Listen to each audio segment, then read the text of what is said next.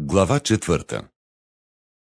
Духът ясно говори, че в последните времена някои ще отстъпят от вярата, като се водят от измамни духове и бесовски учения, чрез лицемерни хора, които говорят лъжа и са останали без всякаква съвест.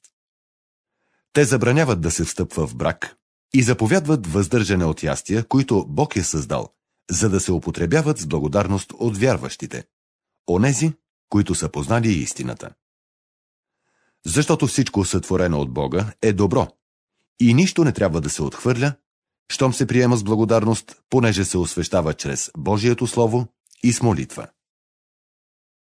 Като съветваш така братята, ще бъдеш добър служител на Иисус Христос, който се храни с думите на вярата и на доброто учение, което ти последва. Скверни и бабешки измислици отбягвай, а се упражнявай в благочестие. Телесното упражнение за малко е полезно, а благочестието е полезно за всичко, понеже съдържа обещание за сегашния и за бъдещия живот.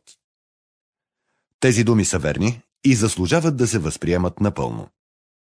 Затова се трудим и хули търпим, защото се надяваме на живия Бог, който е спасител на всички хора, а най-вече на вярващите. Така заръчвай това и поучавай. Никой да не подценява младостта ти, но бъди образец за вярващите чрез слово, поведение, любов, дух, вяра и чистота.